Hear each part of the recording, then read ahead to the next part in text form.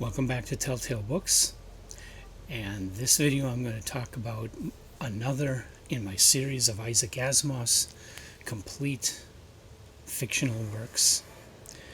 This will be number 4, his 4th published story, but it was actually written back in 1939. It was like his second or third written story, but it wasn't published until February of 1940, making it his 4th published work.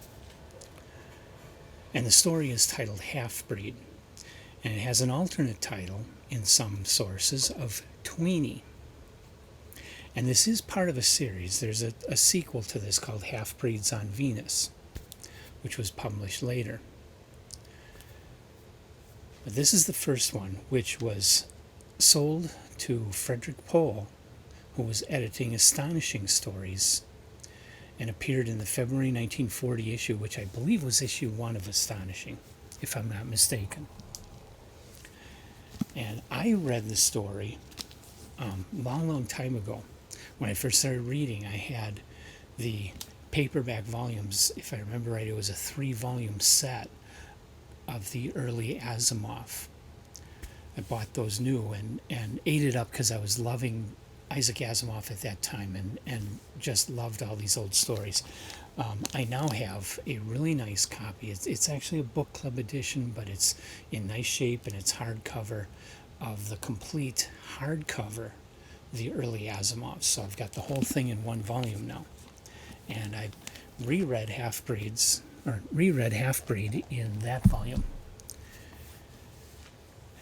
And I'm having a really great time rereading these stories that I first read 50 years ago now. And I did reread the early Asimov after that, but it still has been a good 40 years since I've read any of these stories. Now in Half-Breed, you have an inventor. His last name is Scanlon, and he has a ward named Max. Now, in this fictional universe, there are Earthmen and there are Martians. And in some cases, Earthmen and Martians have interbred, producing half-breeds, which is where the title of the story comes from. But these half-breeds are treated like animals and at best given jobs as servants. So Scanlon has Max, a half-breed servant, in his house. And Scanlon has been working on mind you, this is written in 1939, published in 1940. Scanlon is working on the problem of atomic power and how to produce it. And he's done a lot of work, but he can't get past this one issue that prevents his machine from producing power. Well, his tweeny ward, Max, one night looks at this machine and looks at Scanlon's equations written down, which he left out in the open, and saw the solution right there. So Max was pretty brilliant, and nobody knew this at this time in this society. Nobody knew that these half-breed tweenies were intelligent at all. Like I say, they treated them like they were all basically animals, like they were all very inferior. Alarms should be going off in your head. Asimov is talking about racial equality and the fact that many races here in the United States have been treated as inferior. At the time Asimov was writing the story, Asimov having a Jewish background, and this was 1939, and the Nazis were on the rise in Europe.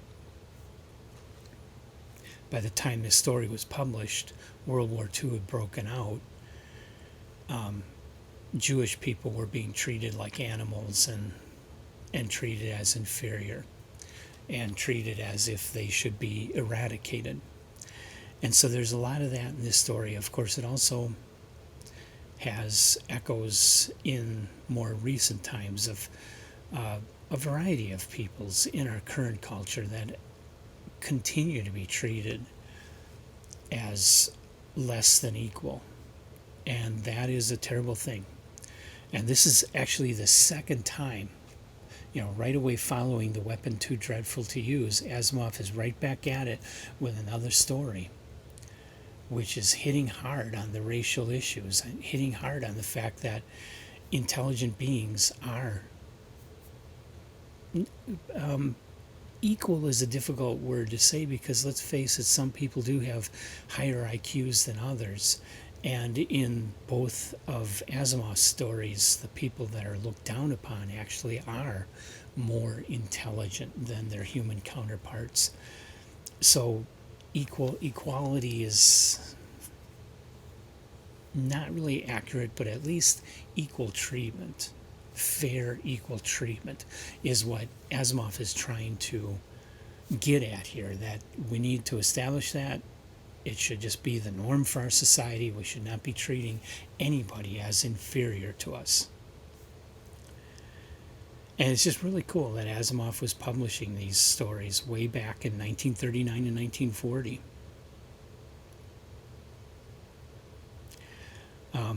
This particular story shows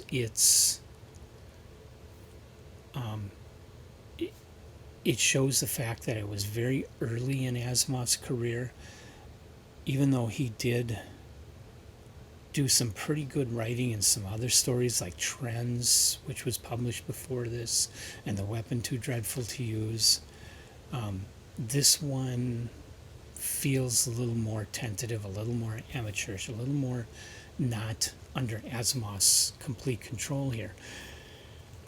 So I wouldn't give this a top tail, but it is definitely a very good story, one that I recommend.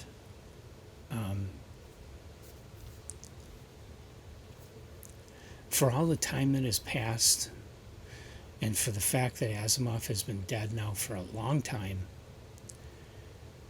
I feel this story should be remembered and read today, because it is really good and has a really good point to make, and made it at a time when not a whole lot of other people were talking this way in our society.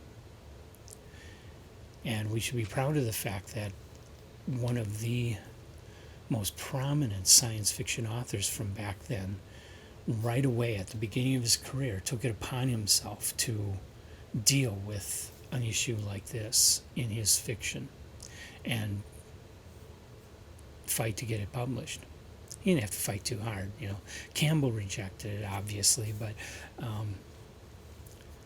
Fred Pohl was his friend, so handed off to Fred Pohl, and Fred Pohl was brand new editor at a brand new magazine and needed fiction, and so it was a no-brainer. Fred Pohl published it. But still, an enjoyable story, and one with a very good point to make, and remarkable, even in science fiction, for 1939, 1940. So I hope you'll check it out. If you have read it, leave your comments, please. I'd like to hear from you what you think of this story and of Asimov in particular. And I will go on to read the next Asimov story, which is also in the early Asimov. It's called Ring Around the Sun, which was published a month later in March of 1940. So I'll be back with that one shortly. Until then, I'll be doing a lot of other stories by other authors, and I hope you will come back and join me for those videos, and like us and subscribe to us, and check out our Patreon, check out our Etsy store. We'd really like to have your support and help and belief in what we're working towards. So I'll see you in the next video.